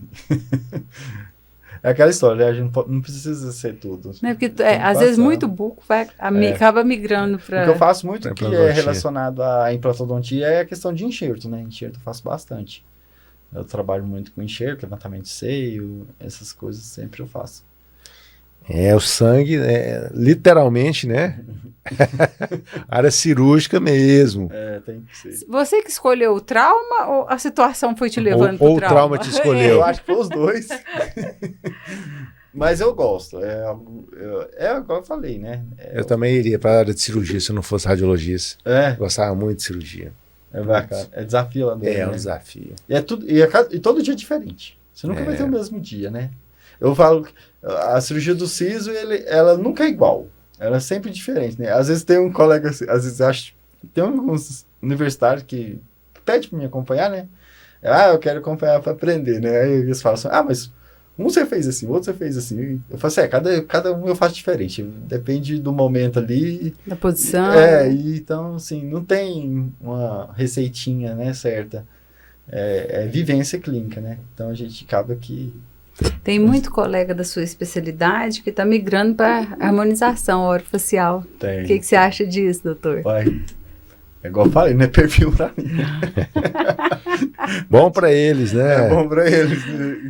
É o respeito, né? Eu acho que também consegue desenvolver muito bem, né?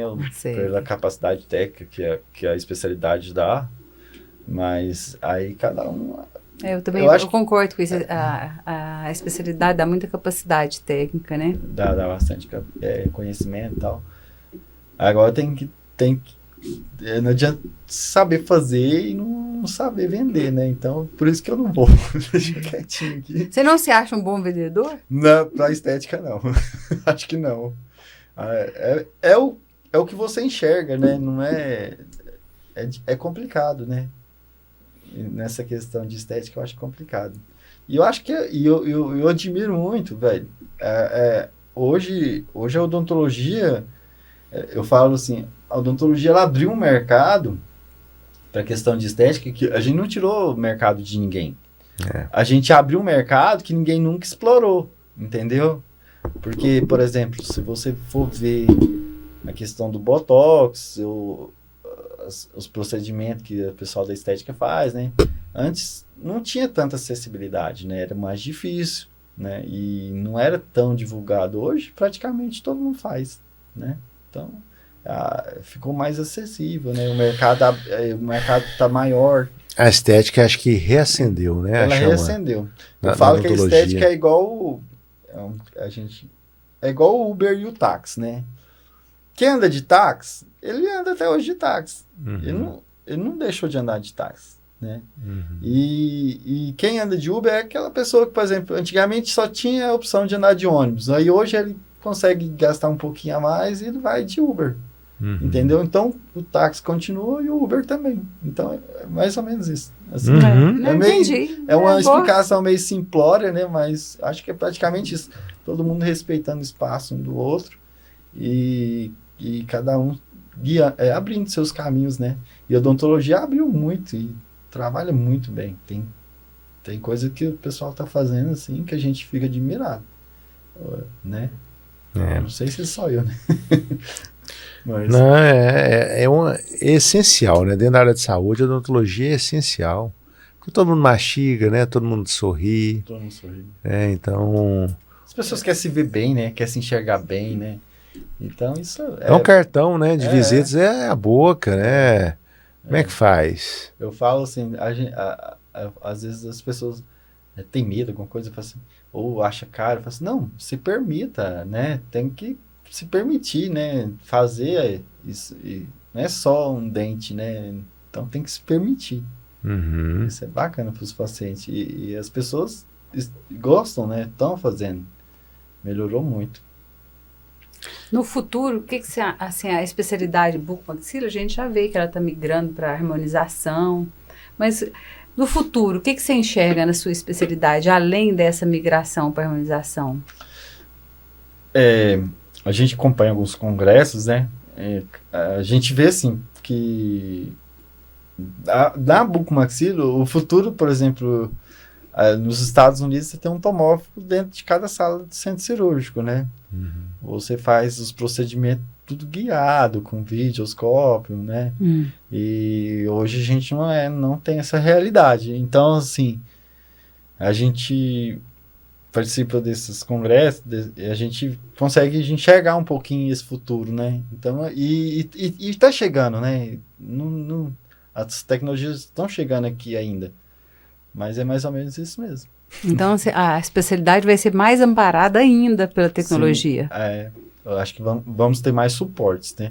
E, assim, não que hoje isso não é a palavra certa dizer que faz falta, mas a gente sempre procura, assim, um procedimento com o menor tempo possível, que a gente sabe que quanto menor tempo, menos inflamação, menos dor e tal.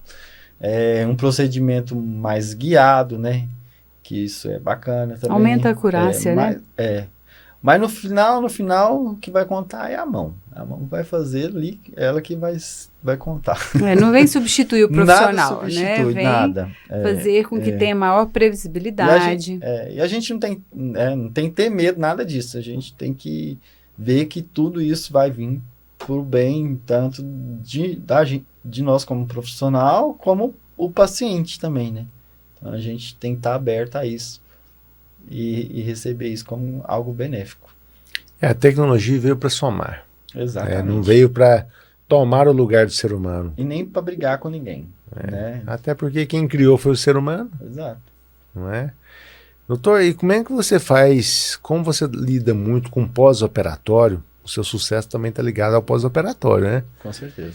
E como é que você faz para garantir que o paciente siga as orientações? Compressa de gelo, enfim, não caminhar, não correr, não fazer atividade física e tal. Como é que você consegue controlar isso, passar essa segurança? Tô de olho. Como é que é esse pós-operatório? Eu faço assim, eu tenho uma orientação por escrito. Aí nessa orientação, eu peço para o paciente assinar uma, eu pego duas, né? Eu ponho um carbono, ele assina uma que está recebendo e a outra fica comigo. Aí eu sempre falo, aqui tá as orientações que eu tô te passando. Se você não seguir, você está assinando que você recebeu as orientações. Você é livre para seguir. Mas quem vai sofrer é você, eu vou continuar normal. Aí passo termo por termo, explico item por item, né? Tempo, cuidados, o que deve ser feito, que tipo de alimentação, quanto tempo de repouso, tudo certinho, tudo escrito. Eu acho que às vezes você documentar, eu acho que você mostra que o negócio é sério, que a pessoa ela tem uma visão diferente, fala sério. Aqui, ó, tá escrito aqui, ó, né? Então, como eu escolhi cirurgia, eu passo meu telefone pessoal nesse pós-operatório, tem meu telefone pessoal, explicando, ó, qualquer tipo de intercorrência pode entrar em contato, porque, assim, foi uma escolha minha, né? Eu não escolhi enganado. Então, eu sabia que isso poderia vir a acontecer, e eu prefiro eu mesmo tratar minhas complicações do que, às vezes, o paciente ficar se sentir desassistido e procurar ajuda em outro lugar, entendeu? Não porque eu queira esconder alguma coisa, mas porque eu acredito nas coisas que eu faço e da forma que eu conduzo. Então, eu acredito que, para mim, é o jeito que eu vou fazer, né? Não é desmerecendo ninguém. Não, até porque eu que vivi aquilo, eu que sei o que é aquilo. Não, muitas vezes o paciente arruma soluções caseiras também. Arruma, que piora muito, bochechinho né? lá da avó, tal. Fulano tomou tal remédio, eu vou tomar. Exato. Não, eu tava com sangramento e me mandaram fazer bochecha com tal coisa, aí faz piorar, entendeu? Então, assim, a gente tem que evitar, né? E eu escolhi isso, eu sabia disso, e então eu falo, não, ó, qualquer coisa manda mensagem, caso eu não responder, pode estar me ligando, né? Então, é raro de acontecer, mas acontece. E sempre quando acontece, eu falo assim, pô, ainda bem que tem meu número, senão... porque senão ia fazer diferente e tal. Isso aí acontece. E que tipo de cliente, doutor, você assim, não gosta de tratar? Assim, é o cliente que não te questiona demais, duvida demais, ou traz da internet, assim, eu quero ficar assim. Que tipo de cliente que fala assim, não, acho que não vai dar certo esse combinado entre nós aqui, é melhor a gente se procurar outro profissional. Já teve um caso assim, ou vários casos, né? O cliente que eu acho que isso é clássico, não sei se todo mundo pensa assim, é aquele cliente que fala mal do colega. Esse cliente... Pode abrir o olho. Pode abrir o olho. Ele falou mal do colega ali do lado, amanhã vai falar mal de você. Entendeu? Sim. Então, esse é um cliente que a gente tem que pisar em ovos. Ouvir, né? Saber por qual motivo, né? Se realmente é aquilo. E ver se... às vezes, assim, a gente percebe que realmente, né? Pode ter tido alguma deficiência ali no tratamento. Mas quando você percebe que, tipo assim, que o que aconteceu poderia ser com você também, entendeu? Que, tipo assim, você mesmo poderia estar fazendo acontecer aquilo, e o cara falar, então é um tipo de paciente que a gente tenta evitar mesmo. Eu acho que esse é o paciente que a gente tem mais medo. Já sim, já relataram isso aqui. Outros Já? colegas já. Você falou igualzinho você falou. Você falou mal do colega, vai falar mal de mim. Eu sou o próximo. Sou o próximo da fila. E tem coisa que nunca... É igual eu vou falar. Por exemplo, eu faço cirurgia. Nunca vai ser bom, né? O paciente não vai operar e vai ficar... Tipo assim, não vai operar e vai pra academia, né? Ele tem que fazer repouso, vai doer, né? Então, você tem que ser claro, olha, o que você vai fazer vai modificar a sua rotina, tal, você que realmente quer isso, tal. Então, acho que é isso. Aí, quando o paciente já chega, fulano falou isso, fulano falou aquilo, fez isso assim e tal, aí você já toma cuidado. Eu acredito, né? E você, agora como cirurgião dentista, o que você acha que o cirurgião dentista pode fazer para melhorar essa percepção de um profissional? O que ele pode fazer ali no atendimento, na clínica? O que ele pode investir para falar assim, não, realmente esse doutor aqui, eu não estou pagando pelo preço, não, pela qualidade, por tudo. O que você acha que nós, cirurgiões dentistas, temos que investir? É uma pergunta complicada, porque, assim, eu acredito que a gente tem que investir, acho que a gente tem que vender o que é de verdade, né? A gente não pode vender o gato por lebre, essas coisas. Ser honesto, né? Honesto, né? Congruente, né? Com as palavras e... Exato. Se eu estou com vendendo os atos. algo que custe tanto, que cobre por aquilo. Mas não cobre algo que excede, né? Dizendo que está vendendo uma coisa e vendendo outra. E eu acho que essas coisas acontecem e vão trazendo resultados, né? Às vezes são resultados mais difíceis, mas eles vão vir. Então, por exemplo, a gente vê que tem muita coisa que pode ser que seja mais maquiagem, né, do que real. Então, acho que a gente tem que evitar isso, né? Acho que tem que ser mais real. Se você está vendendo algo que realmente vale aquilo e que você sabe que dura tanto, né? Então, venda pelo valor que deve, que merece. Mas se você sabe que é inferior, então venda mais de um preço mais acessível e explica por que é inferior. E o paciente tem escolha. Eu falo que você pode, por exemplo, pode ter um carro, um carro mais simples, né?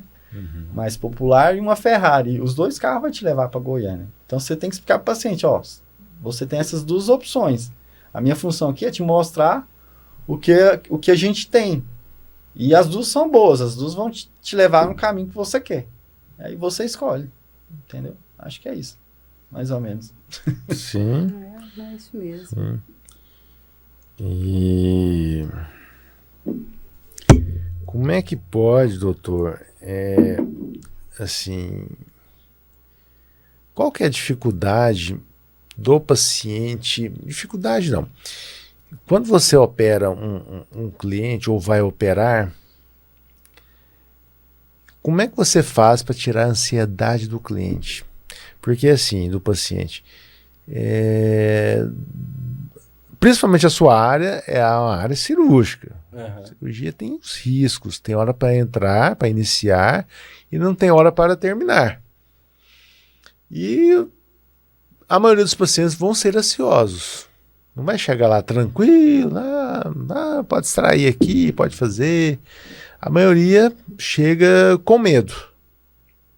Como é que você faz para baixar essa ansiedade? O que você explica? Como é que você conduz essa situação? Uma coisa, eu penso assim, por exemplo, quando algo que possa ser programado, se você faz uma consulta inicial, né? Você chama o paciente no seu consultório, explica de uma forma mais simples, né? Ó, o procedimento é assim, assim, nós podemos ter esse tipo de problema, mas esse problema é isso. Então, ele tá calmo, porque ele foi para uma consulta. Ele não foi para fazer um procedimento, né? Então, ele ouve e ele entende melhor. E eu acho... Aí quando ele vem, ele sabe o que está acontecendo. E eu acho que a hora que você recebe ele, você tem que receber ele de uma forma muito amena, né? Tipo assim, mais tranquilo, mais relax, né? Mais de boa, assim. E aí, e não tocar muito no assunto, ficar falando coisa de dor, de sangramento, dramatizando, problematizando, essas coisas todas, né? As pessoas têm essa...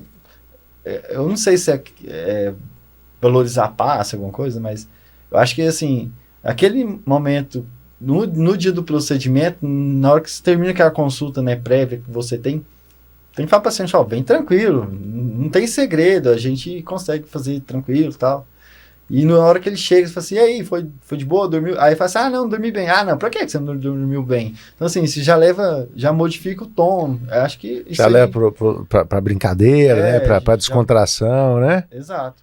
Aí eu acho que isso aí acaba que você consegue ter um manejo mais interessante no transoperatório, né? E, assim, eu vejo que eu tenho muito bons resultados com isso, entende? Eu vejo que as pessoas vão mais tranquilo. Tem muito paciente mesmo que na primeira consulta, no sofá, foi pro banheiro vomitar de nervosa. Eu já tive paciente assim. Eu imagino. E paciente que tem traumas, que traz essas coisas. E às vezes eu acabo tendo que fazer até clínico nesses pacientes, porque eles falam assim, olha, ou você faz, ou pode fazer para arrancar. Porque desde que você faça, tá tudo bem. Então, assim, às vezes acontece, né? Porque é a segurança que você passa para essas pessoas, né? Então, acho que isso é muito importante, né? E também, eu acho que tem a hora da gente explicar o que realmente acontece e tem a hora que a gente tem que ficar mais tranquilo, mostrar que é mais simples, né? Às vezes, por exemplo, num transoperatório, você tem um sangramento, né? Aí o paciente acordado, por exemplo, fazer uma extração de siso, você não tem que falar, tá sangrando, tá com hemorragia, alguma coisa assim. O pessoal vai ficar louca, né? Você tem que ir tranquilo, resolvendo ali. E acreditar naquilo que você aprendeu, naquilo que você faz. E no final vai dar certo, né? E como é que é a expectativa do cliente e a realidade? Como é que é esse atrito, assim? Sempre no final de qualquer procedimento, né, ainda mais paciente quando ele é acordado, né, oral menor, eu pergunto, e aí, como que foi? Foi pior do que você imaginava? Eu falo assim, não, foi bem melhor, graças a Deus. Aí. Então, assim, isso aí é um resultado, é um feedback bastante importante. Positivo, né? É bem positivo. Então, assim, realmente a gente vê. Às vezes acontece de um procedimento, né, complicar e tal, e a gente fica meio... Não fica bem, mas às vezes o paciente fala assim, não foi não foi ruim não, doutor, foi de boa, até melhor que eu imaginava. Então assim, às vezes no pensamento da gente, a gente acredita que poderia ser melhor, né? Mas às vezes a expectativa dele estava tão ruim que mesmo você acreditando que não foi tão bom quanto você queria que fosse, para ele ainda positivo, foi bom. Acontece muito isso também. Porque às vezes porque cirurgia qualquer não segue regra, não segue padrão, né? E a gente às vezes a gente sabe, né, quando o negócio anda, às vezes trava alguma coisa, que você topa com anquilose assim, né, doutor? É difícil fazer um procedimento assim. Então acaba que tem um grau de dificuldade, sim. Mas assim, eu acho que hoje já, pelo tempo de profissão que eu tenho bastante segurança de fazer o procedimento. Mas eu sei que acaba que demora um pouquinho mais, que tem uma pressão maior e tal, mas tá tranquilo. Uhum. Você disse, Júnior, que os seus clientes vêm de uma forma orgânica. Mas você tem rede social? Não, hoje não. Tem rede social? Não. Eu tenho de um outro comércio que eu tenho, né? Sim. Aí acaba que eu fico mais nesse. Mas os planos agora, mais pra frente, é ter uma rede social, eu acho que já tá na hora, né? Tem que ter. A vida é muito corrida, muita coisa para fazer, acaba que eu acabei não priorizando isso para poder priorizar outras coisas, né? Aí hoje, como eu consigo visualizar que para mim tá mais tá ficando mais tranquilo, as coisas já estão rodando mais tranquilo. Eu acredito que para frente é um projeto. E muita gente me cobra, né? Mas faz parte, né? E esse lado empreendedor seu aí, com esse outro comércio? Então, outro comércio é uma outra paixão minha, né? Que eu sempre gostei muito de frequentar, né? Eu sempre gostei muito dessa parte de culinária, de restaurante. Não de cozinhar, mas mesmo é viver uma experiência gastronômica. Eu sempre gostei muito disso, né? E eu sempre gostei quando tinha oportunidade de ir num restaurante. Eu sempre tive isso. Sempre quando eu vou montar uma viagem, eu procuro, melhor restaurante assim, melhor restaurante. E às vezes eu procuro, assim, um restaurante mais regional, que não por título de famoso, mas aquele mais não tão raizão turístico, mesmo. né? Não tão turístico, mais regional, né? Mais regional, às vezes aquele mais raiz mesmo, da sabe? Cidade que as pessoas da cidade frequentam. E aí eu acabei que tive a oportunidade de ter uma sociedade onde hoje eu sou sócio, né? Somos 2 donos. E eu sou sócio do restaurante de gastronomia portuguesa. E Pode falar o nome dele. chama né? Casa Bairrada, né? Eu sou cliente lá, viu, gente? Ó, podem ir. Eu também sou amante, eu cozinho também. E fui muito bem servido lá, por sinal, tá? Fico feliz demais. Serve um leitãozinho, comi um bolinho também, de bacalhau, enfim, Exato. tomei um bom vinho no local. Recomendo, viu, galera? Podem ir. E o restaurante... Como que surgiu ele, Júnior? Então, aí veio dessa paixão minha, né? De gostar de culinária, gostar de gastronomia. Porque a gastronomia é um sentido, né? Tipo assim, ela é visão, paladar, olfato, né? E ela remete uma cultura, ela remete uma história, né? Se você... Eu falo assim, você é magrinho, come pouco, tal, não sei o quê. Eu falo assim, não, a comida, você tem que comer comida boa, você tem que comer, não é quantidade de comida, né? Comida tem que ser qualidade, tem que ter isso aí. Assim, é uma forma, a gastronomia é isso, entende? E para mim, por eu sempre procurar ir para restaurante, não sei o quê, né? Porque normalmente as pessoas têm o entendimento que quem gosta de gastronomia é quem que come muito, né? E eu não, eu procurava porque eu gosto de conhecer a culinária, sentir esse sabor, sentir essa história, tudo, a cultura que vem atrás disso tudo, né? E aí, o meu sócio, ele trabalhou, né, como chefe de cozinha em Portugal.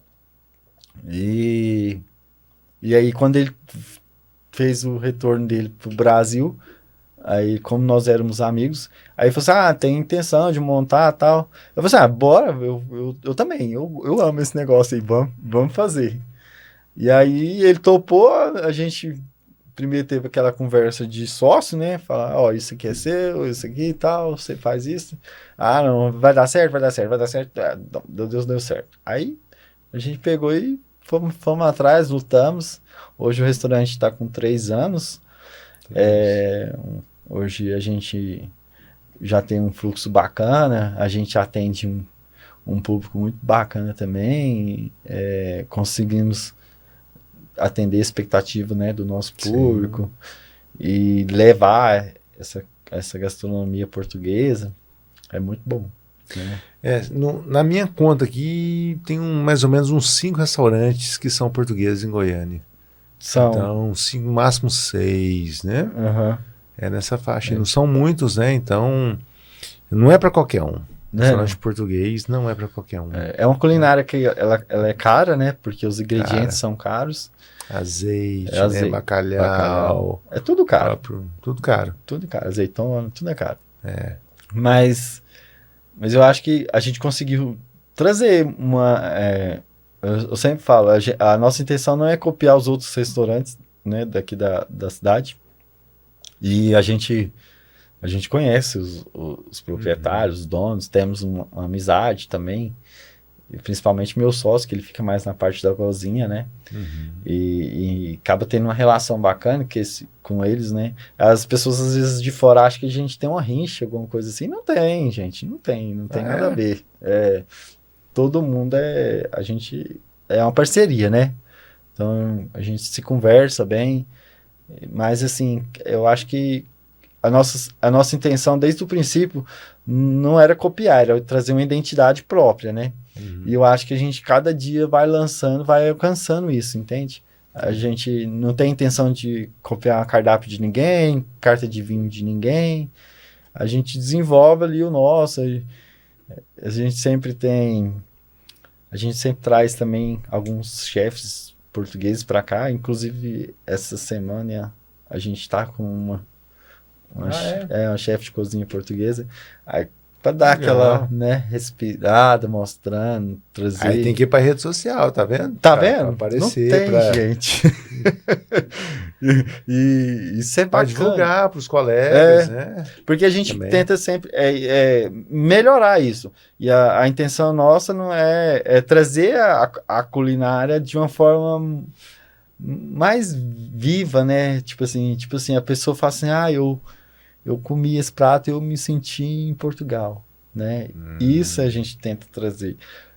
Algumas adaptações a gente precisa fazer, porque, por exemplo, o público, ele precisa disso, né? Porque se eu tô no Brasil, né, existe coisas que brasileiro agrada mais do que os portugueses, né? Então, algumas adaptações a gente faz, mas algumas coisas, assim, na sua grande maioria, a gente mantém o clássico, né? Por exemplo, o leitão lá, que chama o leitão bairrada, né? Que é um prato, um dos carros-chefes lá. Ele é feito da forma igual lá, né? Até na escolha do leitão, tudo certinho. Tem o padrão, tudo certinho.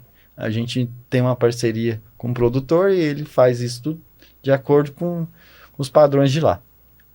E a gente assa na mesma técnica, o molho também, tudo. Aí, mas a gente colocou lá como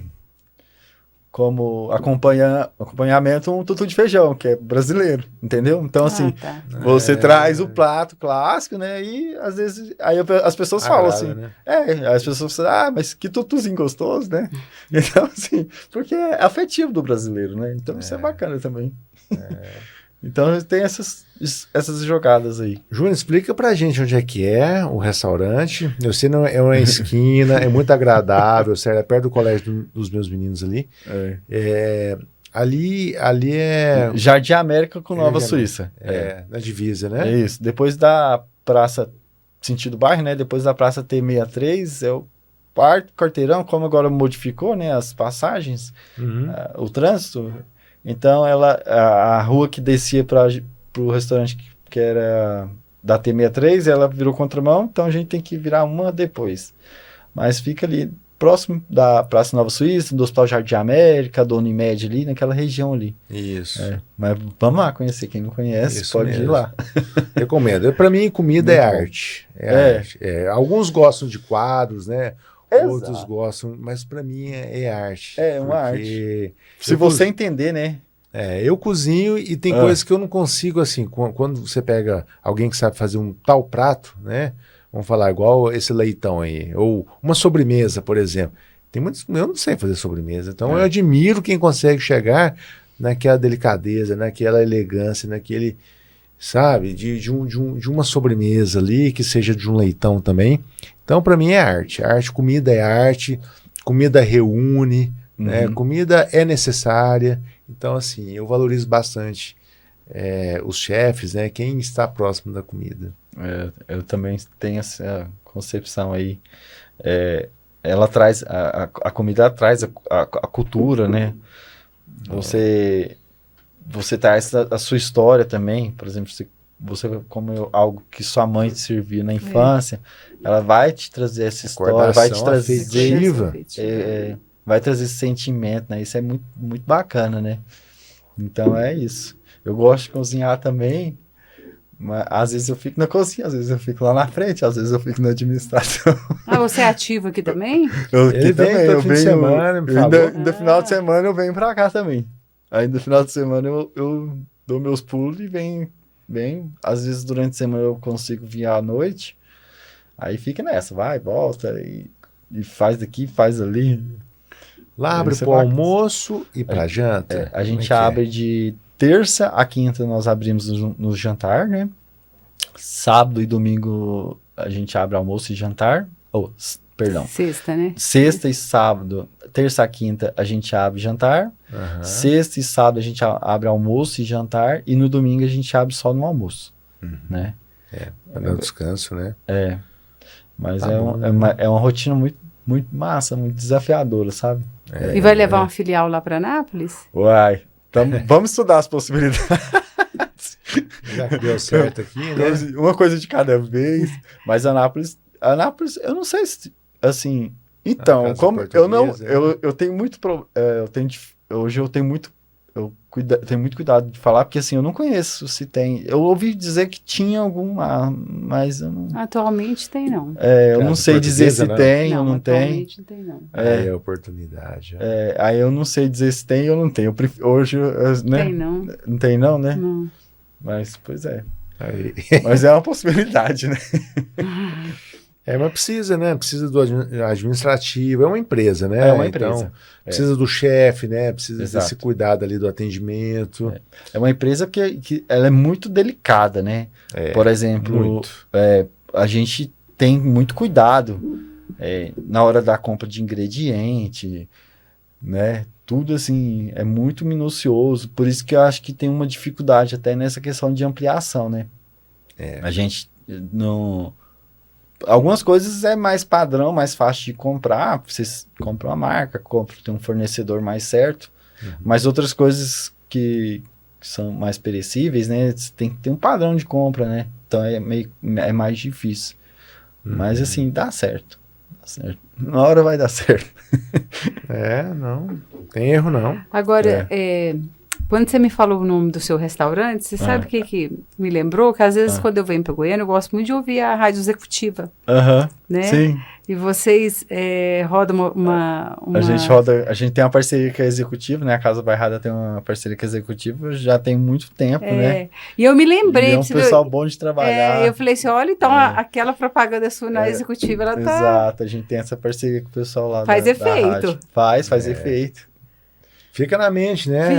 Ficou na minha... Quando você falou o nome, eu falei, de onde que eu E isso é esse tão nome? interessante, né? Porque as pessoas hoje só ficam... Pensam assim, o marketing hoje é digital, tudo, não sei o que e tal. E a gente foi pra rádio. A gente tem um Instagram, lógico, mas assim, É importante. a gente foi também, a gente ampliou o espaço, né? E nosso público, ele escuta a rádio, né? Sim, sim. As pessoas escutam rádio. Eu mesmo só escuto rádio. Ano passado gosto a gente de- fez a campanha inteirinha também da Ciro na rádio. Na rádio, né? Foi. É algo que dá muito Né? certo. É É. muito bacana. Porque E é um povo bom de trabalhar, pessoal bom de trabalhar.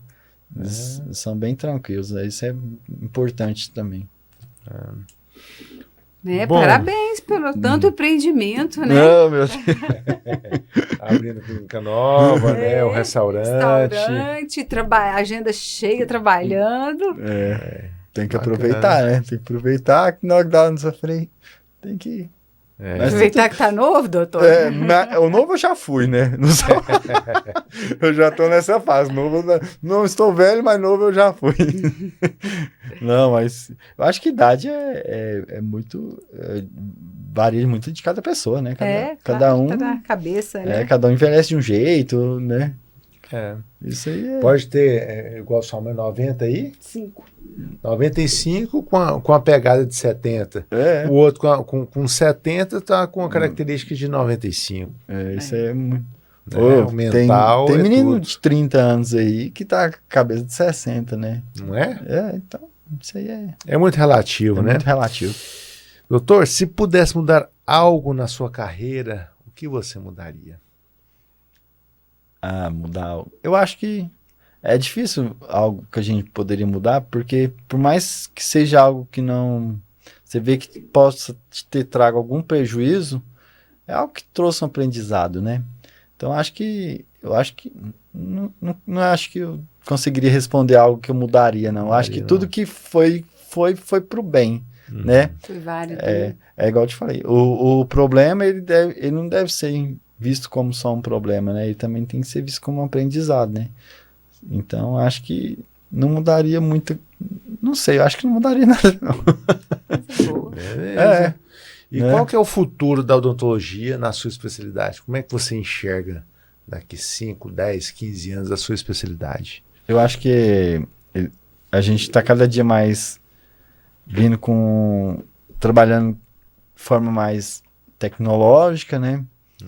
Tendo mais esse tipo de acessibilidade e as coisas estão encaminhando muito para isso, né? Então, acho que a tecnologia está vindo aí para isso.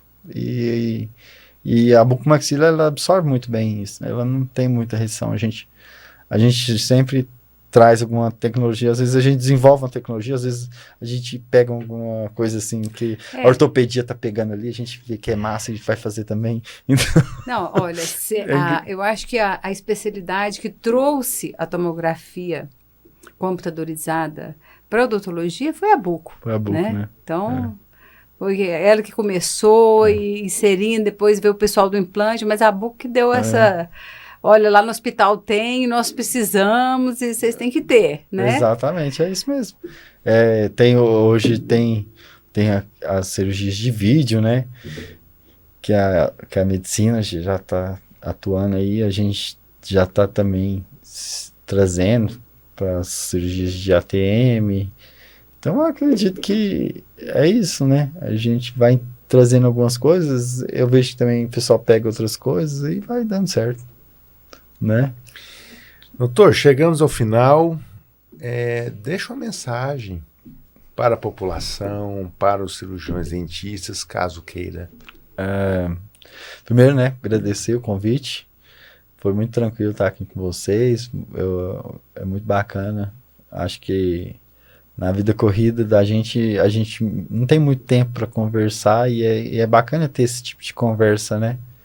E isso é bom, a gente reflete um pouco da gente mesmo, né? Da nossa história. E isso veio um pouco em mim. Obrigado mesmo pelo convite, tá? De modo geral, o recado é para as pessoas em geral, né? Acredite no que você faz, acredite no que você ama. O que for fazer, faça como fosse a última vez, a última oportunidade de fazer, né? A gente, é igual quando a gente acorda, né? A gente tem que acordar como se fosse o último dia e viver aquele dia como se fosse o último também. E quando a gente acredita nas coisas, as coisas acontecem.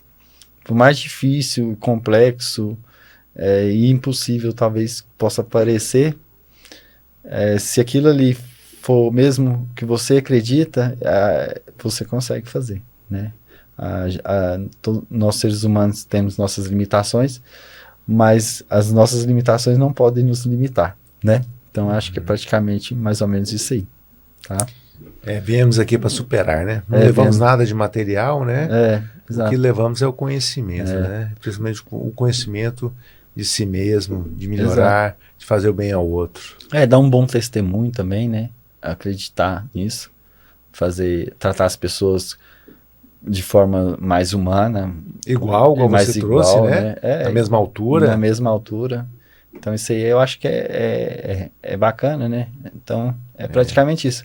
Para os colegas, né? Para os profissionais de saúde, né? Pensar um pouco assim, né? A gente sempre aprendeu lá na faculdade, trata como se fosse sua mãe, não sei o quê. Então assim, acho que é mais ou menos isso, né? Respeite as pessoas, né? Do mesmo jeito que você tenha vontade de ser respeitado, né? Tudo que onde a gente está, a gente precisa respeitar, né? Se você está fazendo um tratamento, você respeite aquilo que você está fazendo. Respeite a odontologia, respeite o paciente, né? Se não tem... praticamente é isso, né? E as pessoas, eu acho que quando as coisas vão acontecendo nessa forma, as coisas vão e voltam, né? Tudo vai e volta, né? Então, você, tipo, às vezes você vê, tem gente tão estressada, né? Tanto cheio de problema. Eu vou te falar, não tem muito problema, não. Tô de boa, né? Não é não, doutora? Não, olha, isso eu posso, né, compartilhar. Otimista, né? Você é uma pessoa otimista. Não fica pensando em problema, não resolve. Não, isso eu posso compartilhar, né? O Júnior é um grande parceiro nosso, e assim, sempre tranquilo, acontece um problema, bora resolver, sempre de alto astral, né? E como comunicação muito boa conosco. É isso mesmo. Vocês também, né? Sempre me ajudam. Não, sempre abre uma sessãozinha. Às vezes a gente tem um pouco de constrangimento de mandar mensagem, tipo, fora do horário comercial, né? E às vezes precisa, né? A doutora de boa responde, né? Mas assim, eu evito, né? Porque senão mas é exceção da exceção, acho que tudo bem, né? Doutora Eliana é ótima. É ótima, mas tem a vida dela, tem as coisas dela, tem horário para tudo. Você mesmo disse aqui nessa conversa hoje, né, que quando a gente abraça uma causa, né, a gente tá pronto. Já sabia que era assim, né? Eu já sabia que era assim. Não entrei enganado. Eu falo para todo mundo. Não entrei enganado. O povo fala assim, mas como que você consegue levar a sua rotina assim? Você faz um plantão de 24, fica sem dormir, vai pro consultório, não sei o quê. Eu não entrei enganado, não. Eu sabia que era assim. E tá tudo certo, né? Eu vivo bem, assim. Não queria que fosse de outro jeito. Desde o começo eu sabia que ia ser assim. Júnior, olha, nós temos que te agradecer por você compartilhar sua história conosco, dar oportunidade para outras pessoas poderem estar ouvindo essa história, né, linda, de otimismo, de alegria, de determinação. Muito obrigado. Obrigado, de amor ao próximo, né? Simpatia, né? Obrigado. De querer, né, ajudar o próximo, né? Essa questão da igualdade ficou bastante claro aqui. Muito obrigado, viu? Obrigado, doutor Fabiano. Foi um prazer, viu? Obrigadão mesmo. Agora chegou a hora boa, viu, doutor Eliana? Os presentes. Olha só. Júnior, primeiro que nós temos um presente da Dom Rico. Olha. Né, que é uma... É de um colega nosso, né? É de um colega nosso, cirurgião dentista. Né? Inclusive, ele estudou em Anápolis, né? Tem um empório, né? Junto com o Juliano. Ele traz... Vê o que tem dentro aí, Júnior. Vê se te agrada. Ele liga pequenos produtores do Brasil e que leva para nossas casas. Português, né? Não sei. Esse aqui é... Não, é nacional. É nacional? Provavelmente nacional. Nossa. Então ele trabalha com pequenos produtores. Vou comer hoje. Dá para tomar um vinho, né? Obrigado, viu, Ricardo? Ricardo Avelino. Esse aqui vai ser cirurgião, parceiro nosso também aí, que presenteia nossos convidados aqui, né? Faz essa cortesia para nós. Obrigadão, viu, Ricardo? Depois vai lá no restaurante, hein?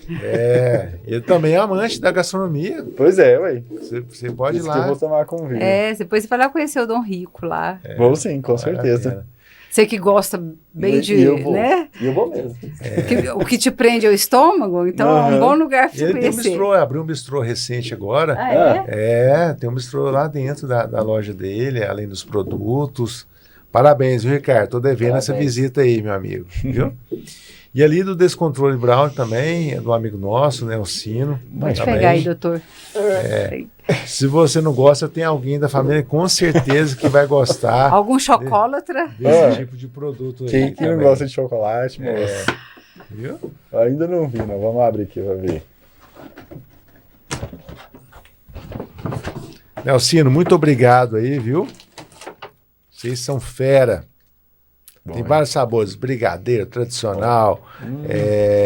Esse daqui já dá para comer agora. Tem umas casquinhas também aí, muito deliciosos. Ah lá, brigadeiro belga, muito bom. Obrigado, Nelcino. Bom, chegamos a mais um fim de mais um episódio. Gostaria de agradecer. Sigam nossas redes sociais, Ciro Cirurgião Dentista e o Ciro Pacientes. E marquem aqui, compartilhem esse episódio com seus colegas, com a população, que é sempre de forma muito útil para todos. Muito obrigado. Obrigada.